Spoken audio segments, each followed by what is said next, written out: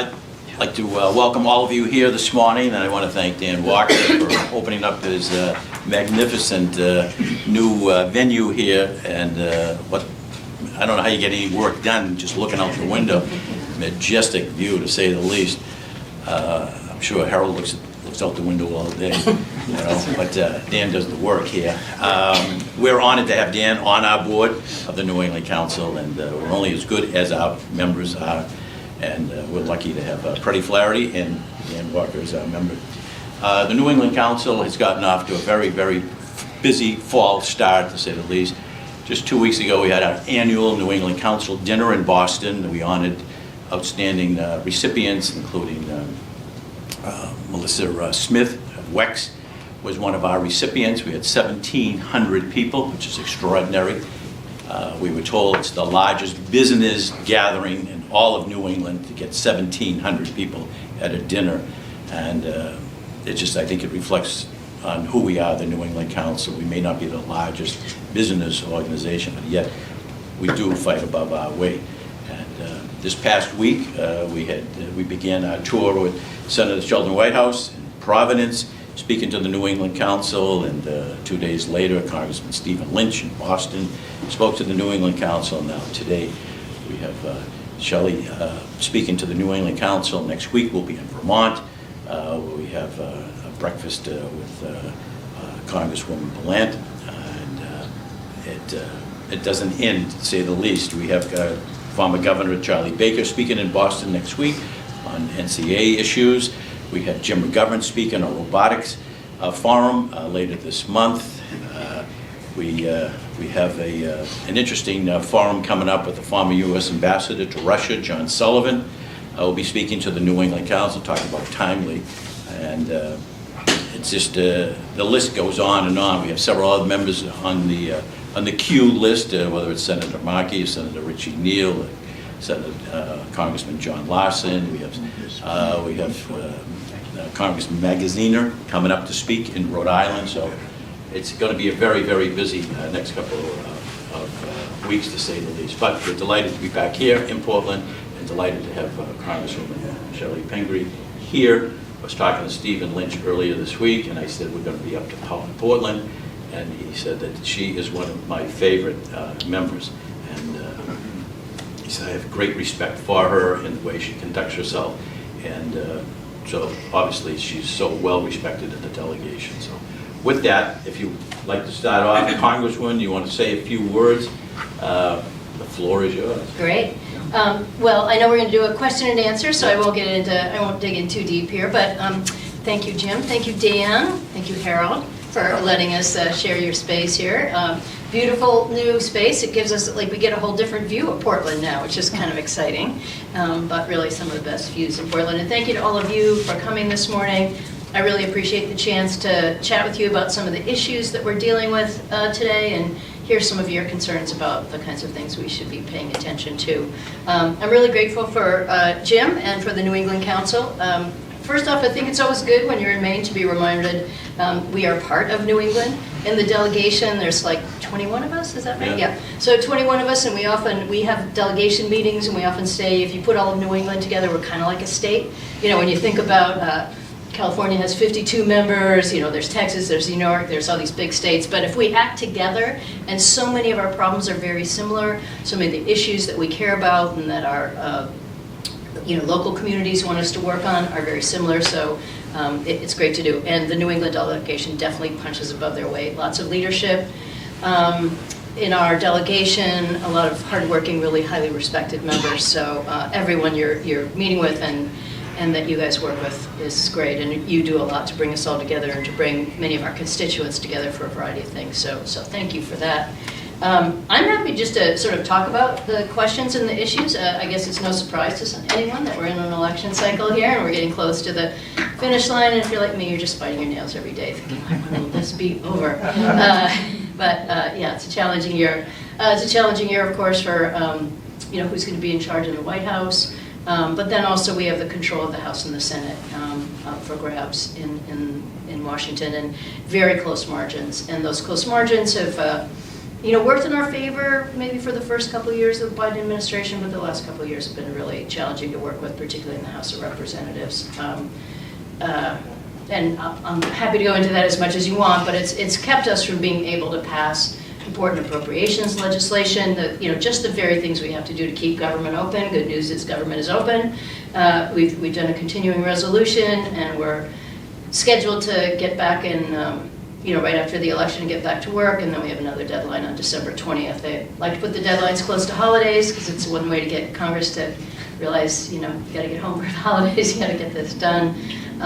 But I think with the close margins and some, from my opinion, some of the extremism of the Freedom Caucus, it's made it very hard for the Republicans to govern. And I work closely with my Republican colleagues in appropriations, and I think they would all express the same thing. No one's more frustrated than them that they can't get the work done. So we'll see if we can pull it all together at the end of the year. It's always miraculous to me what can happen in a lame duck, and so I have, I just have all my fingers crossed that we'll actually get our work done, and that I will have the good fortune of getting reelected, and we'll get back to work next year in a somewhat better position. That was going to be my last question. You brought it up, so maybe it's my first question. Let's get it out of the way. Yeah, get it out of the way. But you can ask me more. Okay. As you said, that you probably would need a pickup of 4 seats to recapture the House. And I heard Minority Leader Hakeem Jeffries speak recently, and he said, we're looking at the 4 seats in New York, we're looking at 5 seats in California, and there are also 16 seats overall that are in seats that President Biden carried. Mm-hmm. So how optimistic are you that you'll be able to recapture the House? Well, if everything in politics was normal, I'd be highly optimistic. I do think there's general awareness that many of the Republican candidates, what has happened a lot in Republican districts is the more extreme candidate wins if you have a primary, and there's just a lot of extreme candidates out there running against a Democrat, and people are getting somewhat frustrated by that. There are some high-profile issues on the ballot in a variety of places, particularly related to abortion, and I think there's a lot of enthusiasm right now for the presidential ticket on the Democratic side. So you've got more young people registering to vote. There's a lot of things that should be, quote, in the favor of the Democrats. But it's just an exceedingly unpredictable political year. If I have to answer the question one more time, and I will answer it, of course, if anyone asks me. But why are the polls so close? I have no idea. I really don't understand. I don't understand if polls work anymore. I don't understand if we've gotten more sophisticated about our polling methods and we can count on them. But people say to me all the time, what's going on here? Why is it so close? But that is true in our House races as well. I think we've seen a somewhat positive shift since President Biden decided to step down. I think that has changed the polling a little bit and gone in the favor of the Democrats, but still, it's just a really unusual year. And as someone told me years ago, a week is a long time in politics, and a lot can change. And as we know, there are challenges going on in the Middle East. We don't have the longshoremen strike, but that could have impacted things. There's just so many little things that you don't know exactly how they will impact an election. And if it's this close, if it's actually this close, a lot could change. So it won't take much to switch the parties in control in the House, but whether that happens or not, I don't know. President Biden has suggested that Congress should come back now to pass a strong supplemental spending bill. Speaker Johnson says, no, we'll come back after the election. Who's right? Oh, the president. Yeah. I mean, let's face it. It only takes us a day. We've got plenty of time. Everybody's anxious to be out there campaigning. Everybody's worried about this campaign cycle. But you can get to Washington and back in a day or a day and a night. This should be an easy one for us to generally agree on that we need more assistance. This is obviously a catastrophic, devastating, very sad and depressing storm that hit the southeastern part of our country, and we don't have enough money in FEMA right now. We don't have enough money in emergency aid. Now, Speaker Johnson will say, Look, it takes 30 days to really evaluate it. We know from the storms that we had in Maine last year, you have to start submitting the information, you get approval, you became, there's a lot of things that have to happen. All that is true. But if nothing else, I think symbolically, and I don't think this advantages either party, I'm not saying this politically, symbolically, if one day of Congress showing up says to the people of North Carolina or Florida or in many places that we're hit, hey, we see how serious this is, we care about it, let's do something about it. I'm all in. So there's no good reason not to. I think, one of his worries may be that, and again, sorry if I sound too partisan, but some of these things are just nutso that go on down there. There's a lot of right-wing Republicans who won't vote for disaster aid, even in their own states. Many of these people have just recently voted against disaster aid or increasing the amount of disaster aid. So one of his worries may be that he would go back and he'd have a bunch of people who voted against it would make him look bad, or make the Republicans look bad, which could impact them on election. And my guess that is a bigger concern for him, and I don't blame him. I'd be worried too if my members were going to show up and vote against aid either for their state or for a neighboring state or for the disaster that could be in their state next week. So that's probably part of their worry. I think there are about 12 working days left in Congress, 12 working days, other than doing the continuing resolution that keeps the government open until December 20th. It's probably highly unlikely that any other piece of legislation is going to pass. I think that's a good bet. Now, there will be some, I think there are a couple of must-pass things that will either continue or we'll figure out how to get around them. For instance, the Farm Bill would need another continuing extension because that really expired in September. We had most of the Farm Bill costs covered, or there are programs that are funded anyway, mandatory funding. But yeah, I find it hard to believe we'll get a lot else done. Now, one of the things that's hard to predict is a lame duck is really based on who lost and who won. And I can't, you almost need one of those complicated spreadsheets that says, if the Republicans win the House and the Democrats win the Senate, if this, then this, if this, then this. So I don't exactly know, how, and I don't have enough time to game it all out each way, but there could be some convergence of things, which I've seen happen before in a lame duck, is that everybody, let's just say, I don't even dare jinx it, but let's say there was a Democratic sweep, all of a sudden the Republicans who have been holding back on the Farm Bill might say, hey, we're still in control, let's just get whatever we can, try to make a good deal, but not give it all to the Democrats to control and rewrite the Farm Bill next year. So there are things that could happen, even one control of one body. So like I said, there could be some miracles, and I wouldn't want to ever bet against a miracle on that. So. I know you serve on the Agriculture Committee. You just mentioned about the Farm Bill and how the last reauthorization expired just a few days ago. Just going forward, what key issues would you like to see included in the next version? Sure. Well, as you heard, I serve on the Appropriations Committee, but I'm also lucky enough to be on the Agriculture Committee. One of the reasons I like to be on there is because that's where we write the Farm Bill. It comes up every 5 years. We're actually on the 2023 Farm Bill. No surprise, we're in 2024. We might not get it done until 2025, and we have had to extend it. But we actually have worked out most of the issues with it. There are 3 that the Republicans are holding out in the House. Like I said, I think we might be able to get some progress if we get back together again in a different configuration. But I work on a lot of the things that I have over time that really impact Maine. And I could go on and on about this, and then you guys would be sleeping.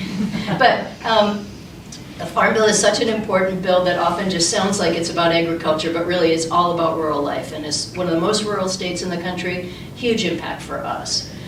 This is a lot of the broadband money, which we know how important it's been to expand that into Maine. Housing, USDA plays a huge role in housing. A lot of rural development generally, just rural funds that go to building nursing homes and community centers and all kinds of facilities in rural communities, low interest loans and grants go into that. Renewable energy program. I just talked to a small business owner as a grocery store who's applying for a REAP bill, which is renewable energy in rural areas, and he's applying for his small-time grocery store. So there's just way more in there than you think. 85% of the program is nutrition programs, so that's basically SNAP benefits. Maine is a state that still has a lot of childhood hunger, senior hunger, a lot of families who still go hungry, so that program is really important to us. Fresh fruits and vegetables. There are programs related to SNAP benefits and WIC benefits that make sure that people can get access to more healthy foods, fresh fruits and vegetables.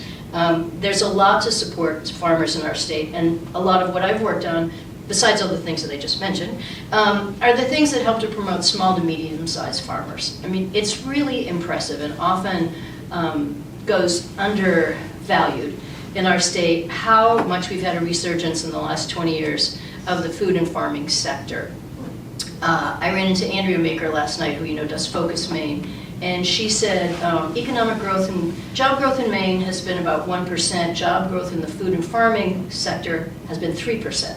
So it's just an often misunderstood or little understood to say we've got a lot of, as you know, small to medium-sized farms. We have huge growth in farmers markets, people joining CSAs. We have a lot more local procurement from institutions and schools, and we have a lot of value added. So we've got, food hubs and kitchens that are helping develop small businesses. And you can go in almost any store now and see a whole variety of Maine products from, hot sauce to crackers to, goat cheese, just a lot of things. And you might sort of be tempted to say like, oh, how cute and foo-foo-y. It's actually a significant part of our economy and a growing part of our economy. And a lot of those small farms are the very ones who take advantage of agricultural bills, the ones that give them value-added producer grants, or as I said, renewable energy, or different things to help with their agricultural practice. We have some of the highest percentage of organic farmers in the country.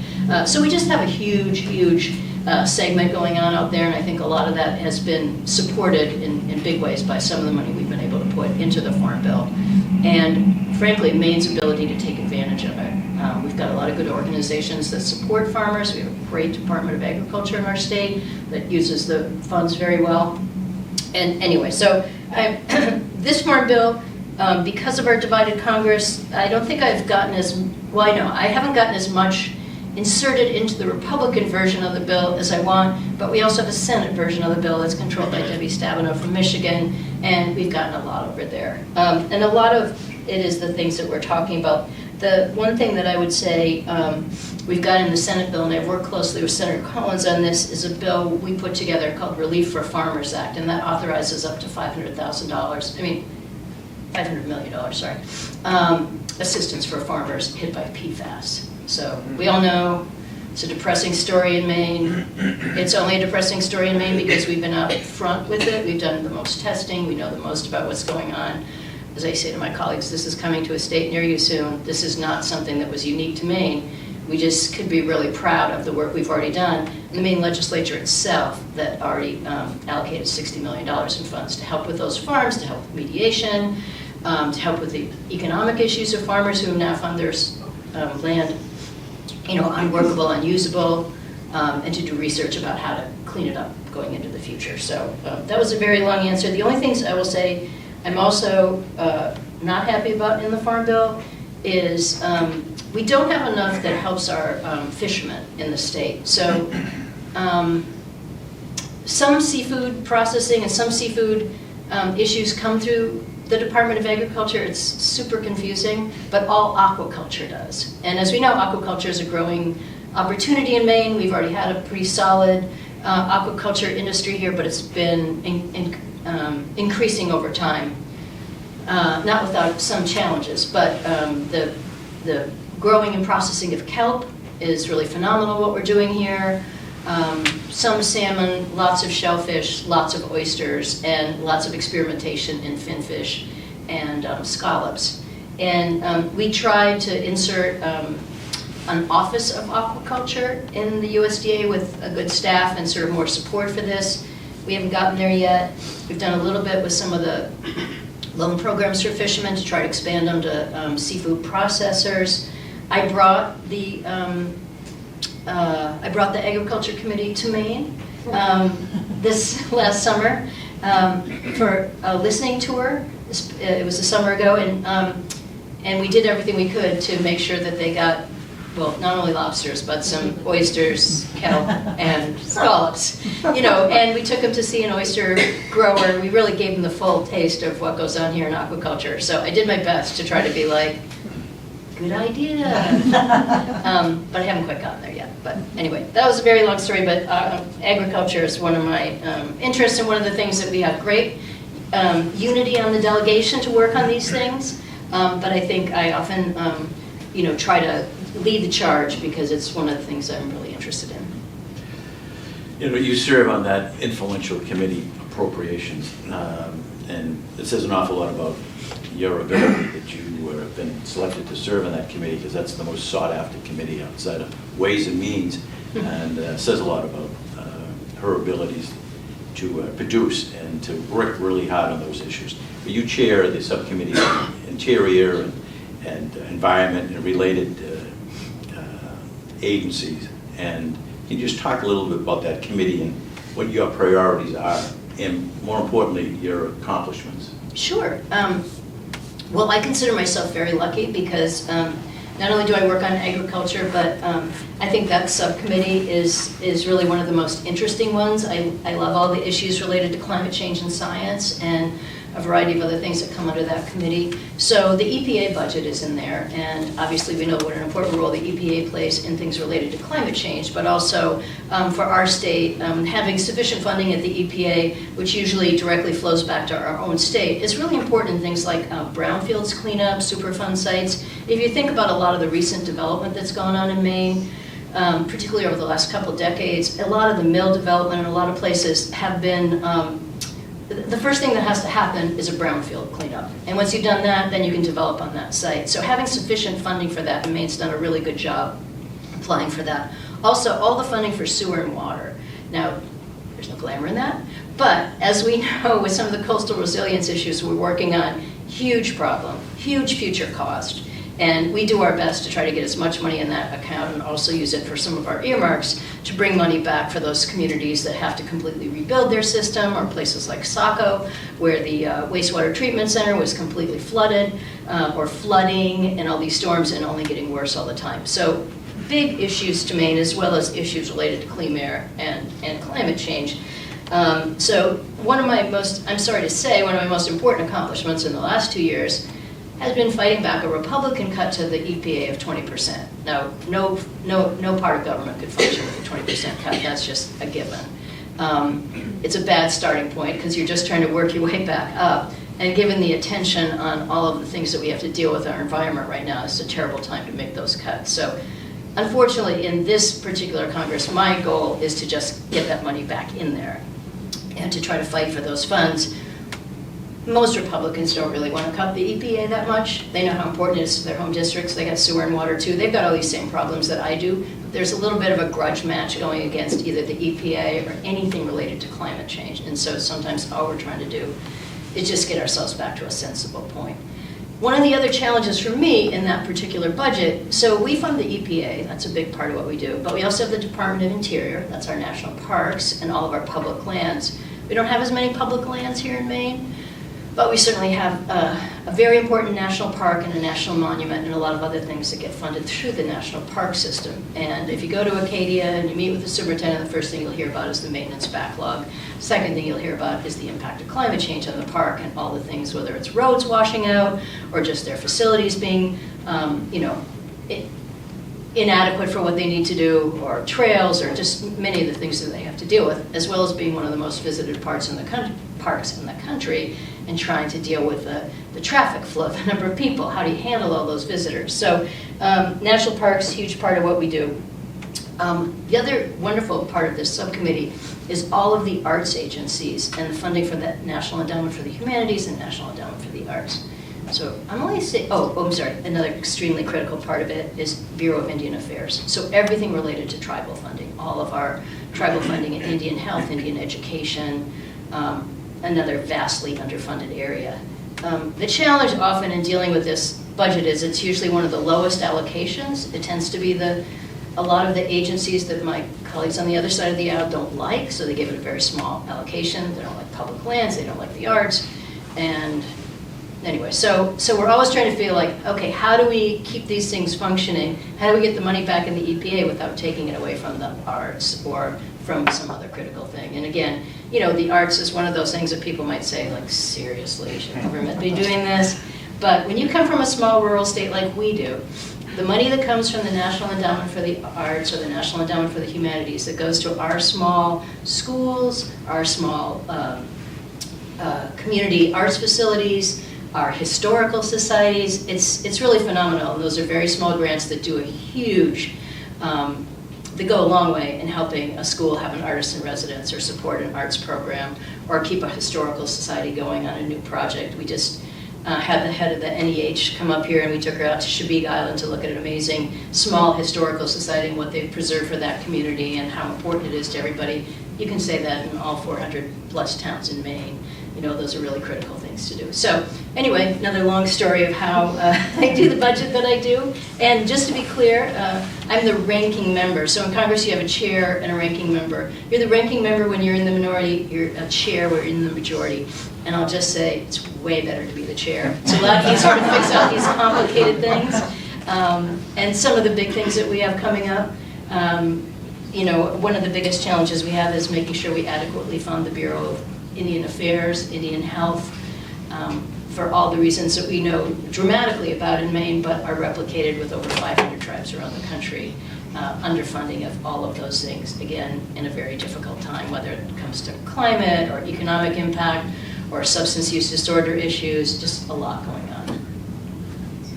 You know, you mentioned about the waterfront. Over the last year, we've seen historic storms here in New England, and in particular along the coast of Maine. What federal assistance is being provided to help the coastal economy respond to climate change, and how can we encourage more investment in greater cooperation in the continued development of the working water fund?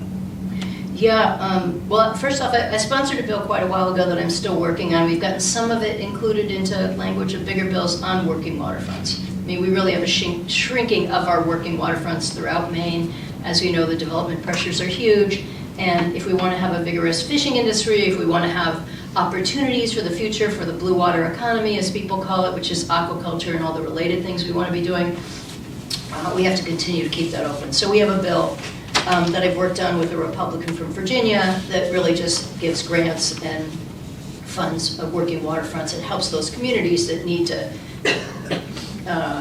maintain a hold on their working waterfront, some of the resources that they need. I just sponsored another bill with a Republican from North Carolina. We'd written this bill actually before these storms hit, but it was to give some tax credits and make it easier to rebuild after these devastating storms, something that we know a lot about. Those two back-to-back storms last January really showed people in communities all over the state of Maine that we are extremely vulnerable.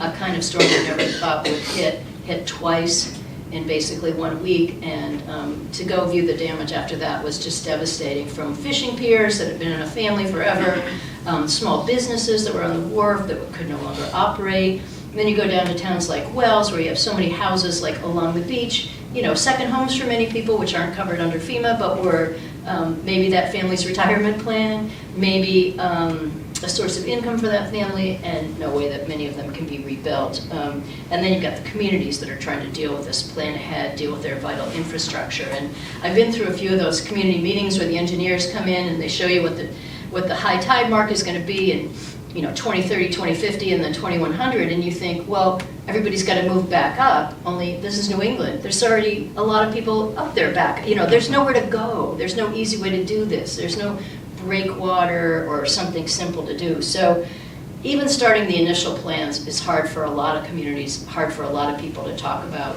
The storm, in a weird way, kind of jump-started the conversation, but we're all human. It's amazing how quickly we all just fall back into the, oh, that's not going to happen again. Do we really have to move? Do we really have to spend that money? But Maine has done a phenomenal job. As you know, the legislature allocated money for this. It's helping out fishermen and pier owners.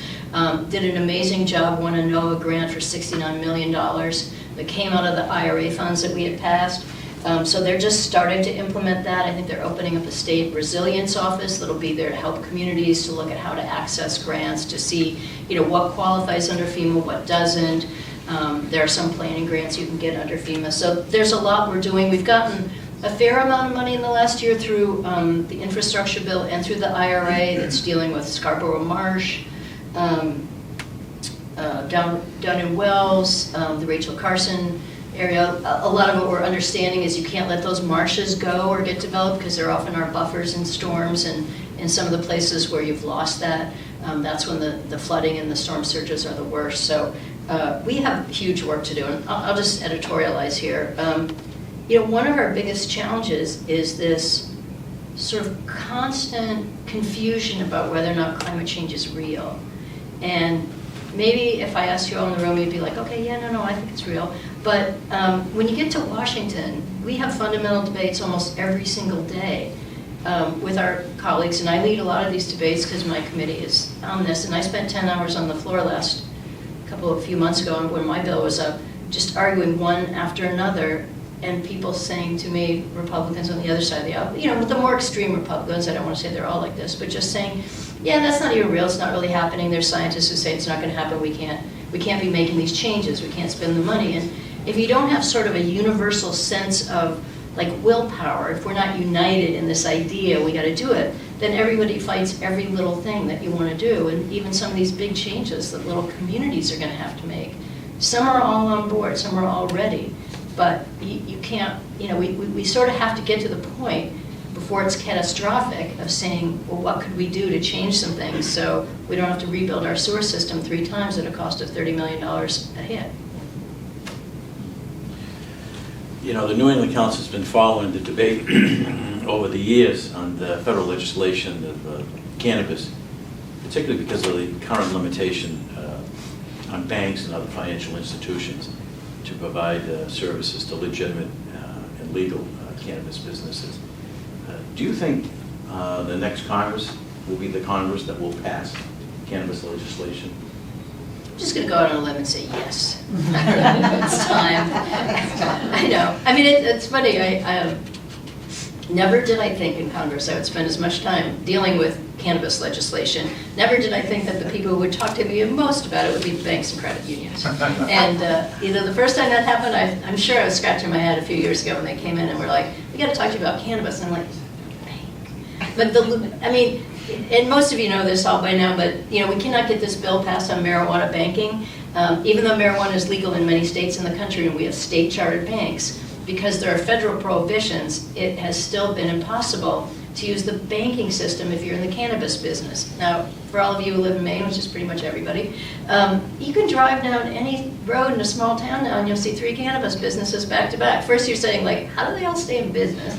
And second, you realize that they all have to take their money out in like Brinks trucks or something. I don't even understand how they do it. This cash, they got to go pay their taxes in cash. They got to pay their employee. It's just ridiculous. And then we've heard stories about employees who work there who can't get a home mortgage from the bank because somehow, there's an interpretation that goes on. Not every bank, it's not, but it's just been enormously complicated for the banks and for the credit unions and for anybody in these businesses. So that's just got to pass. And we've gotten further and further along every time, and I think a few of the people who are roadblocks to it are retiring or not in as powerful of positions. So I think maybe we can move on. It's a very bipartisan concern. Like when we have marijuana-related bills, we generally have a bipartisan vote on it. So I think we will actually get there.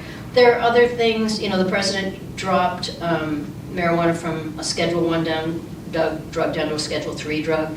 And I think that was a good move. Again, you've got so many states that have legalized marijuana, and it's just become a non-issue in a way. It should not be something the federal government is still toiling over and making complicated for people.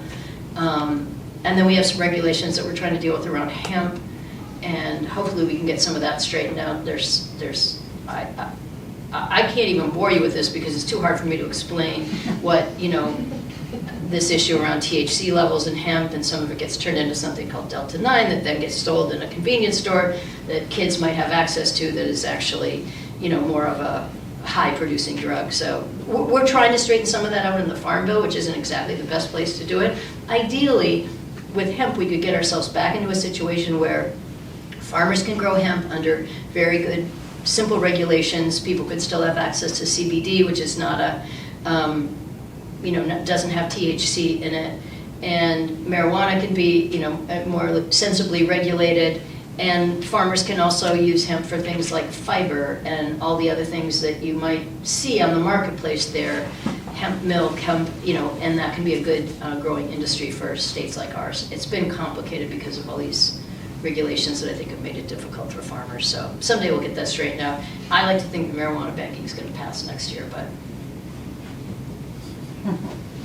time has come. I admire your faith. Things happen. I know. You've been an incredible champion for Maine and the American people on affordable health care. But as we all know, health care premiums and costs continue to rise. So what protections and improvements to affordable health care have you been involved with? And give us a little update. Sure. Well, I mean, the good news is that Maine has done a good job taking advantage of the Affordable Care Act, and a lot of people in Maine use it. A lot of people have got subsidized health care. We have a little bit of a cliff coming because there was some money in the IRA that was enhancing the subsidies through 2025, so Congress will have to deal with this. Next year, it would be too bad if we took those subsidies away, because I think it's made it a lot more affordable for people who really are stuck in the middle, don't have employer health care, or can't afford the costs. This has not been a year to deal with anything in the Affordable Care Act. Again, as you know, my Republican colleagues put the measure on the floor 60 times, I think, during the Trump administration to try to repeal it. I don't think there's the stomach there to repeal it anymore, but it hasn't been a time for us to make any of those changes, like fully funding the system that would keep those subsidies going. That would be number one to me. Number two, I was a proponent of a public option when we first designed it, which would have been, a way to opt in maybe to Medicare at younger ages. There's a bill to bring Medicare down to 60, or to have Medicare for all. Those are probably the next kind of steps that we go to in this country. Medicare's a pretty well-functioning system, especially now that we're tackling the cost of prescription drugs. That's been really important, both capping insulin costs at $35 and then having 10 drugs that we're now negotiating for. Some of you with really ancient memories may recall that when I was in the Maine legislature, I passed a bill on regulating the price of prescription drugs through negotiating and using some of our existing systems to do that. Went to the Supreme Court, was found legal at the Supreme Court, but really didn't survive the politics of the system. But I think we could go back to getting more of a role of negotiating for the price of drugs in this country, take it beyond Medicare, and doing it more for just the general public in the system. So there's a lot we could reform. The other things I just say that I work on a lot are the wellness side. We've done a little bit to fund wellness and make it part of the Affordable Care Act, but we have a caucus in Congress that's bipartisan called Food is Medicine. No surprise, I'm interested in how a healthy diet helps people access more health and wellness generally. And there's fairly good bipartisan interest in that. We've actually done a fair amount with SNAP benefits and WIC benefits to try to get fresh fruits and vegetables, but I think we can incorporate more wellness into the general population.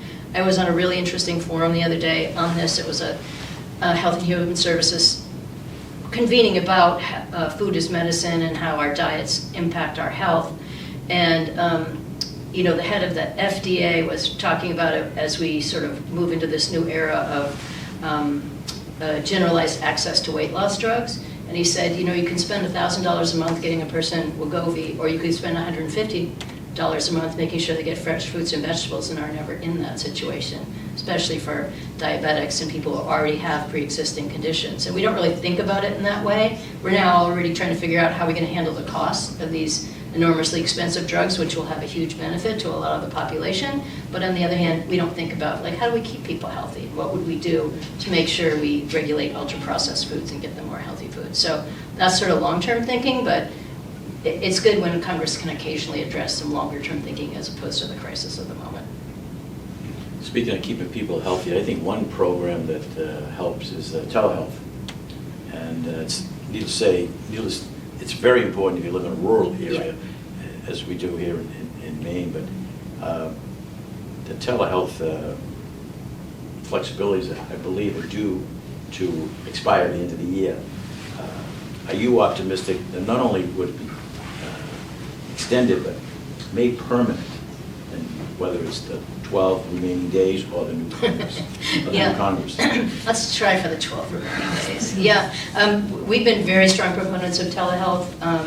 long before, the recent times, but certainly during the pandemic, we proved to ourselves how much we could do by telehealth. And then there's been sort of a desire to move that backwards and take some of those authorities away. So I'm a huge proponent of keeping those things out there for all of us, in Maine in particular, where we have a shortage of providers, we have a shortage of mental health providers. We just had 2 substance use disorder doctors come to our office from Maine, and that was what they wanted to talk about. How do we make this accessible and continue the authorities? So for me, it's a high priority, and I don't see any reason to go backwards on that. So do you think it'll be extended, maybe, again, made permanent? I'd like to see it made permanent, because I don't see why we were going to keep arguing about something that's pretty much the rule of thumb in this century, and works well for people. If you live in northern Maine and all you need is a quick checkup, obviously you should be in your doctor's office if there's something they have to see, but I'm amazed at the things they've been able to do through telehealth, and we should continue that. Just one other issue that people have come to realize as we get closer and closer, the next 10 years, Social Security benefits will be reduced by like 20%. You think the new Congress is going to focus on how do we address the Social Security issue? Well, as you may know, Congress hates to work on long-term issues and loves to put that off. But I think we're getting closer and closer to the point that we have to. And as I'm sure you know, my esteemed colleague John Larson from Hartford, Connecticut, has sort of the plan to redesign Social Security. I'm very much in favor of it. It would actually give a small boost to people on Social Security right now. It would use a more sensible system for the annual COLA, which just is sort of based on food, not things like food and energy, and we know how much energy costs impact your Social Security benefits and your cost of living. It gets rid of the GPA WEP. I forget what the initials are, but it's the challenge that a lot of public employees have to deal with in a state like Maine, like retired teachers have a benefit cut because of a system that only impacts 13 states, and we're one of those states. It gets rid of that, which is something I hear about a lot from retirees.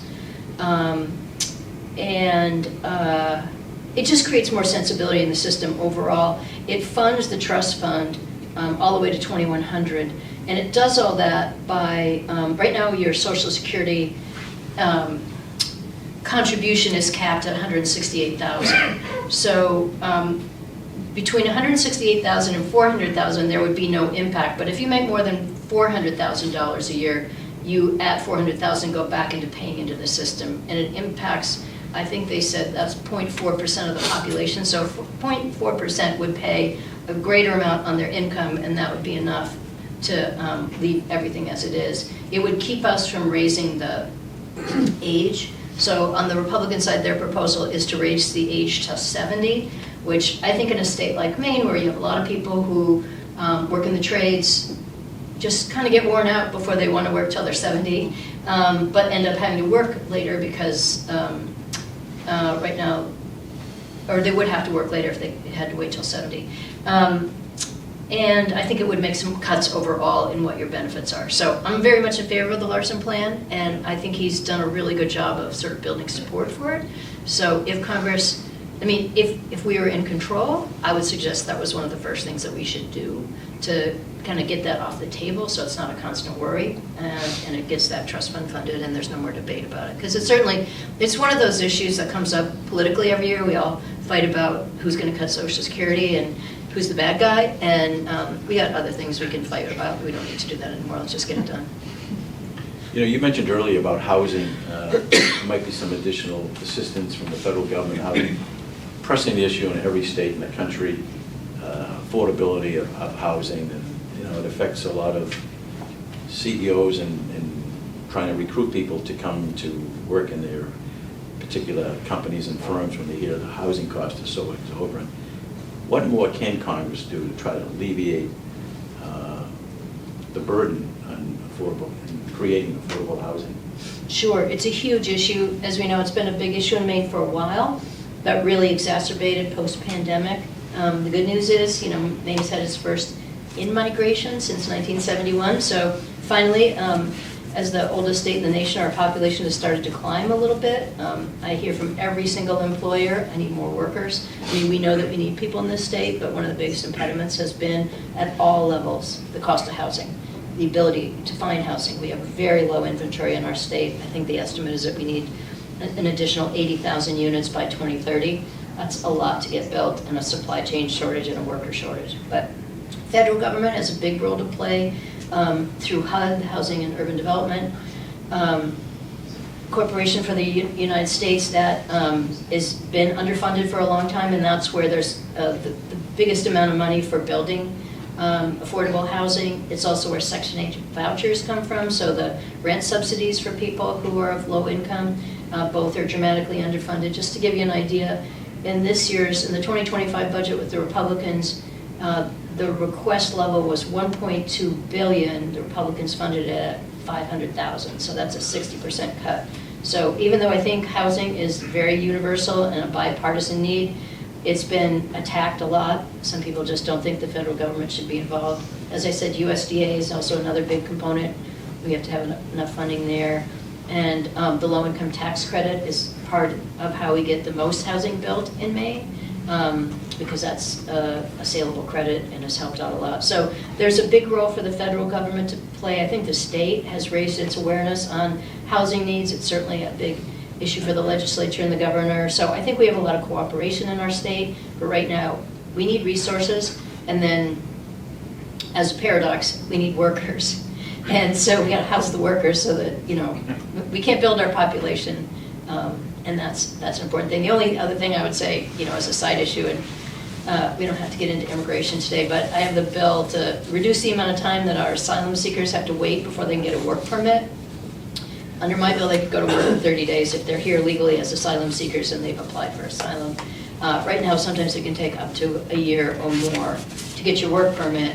And, as we know, a lot of the new Mainers who come to our state, they are ready to go to work on day one. They're just sitting around waiting for that to happen. And the sooner they could go to work, the more workers we'd have in the workforce, and the less we would be subsidizing their housing costs. Well, that's the end of my questions, and I hope that you enjoyed the conversation. We talk about running the gamut, from cannabis to housing to healthcare to... We covered it all. I think we covered a good chunk of the issues that hopefully are on your mind, but as you can tell, that the Congresswoman has an awful lot on her plate, but as I said earlier, she's so well respected, and the proof is in the positions that she's been given.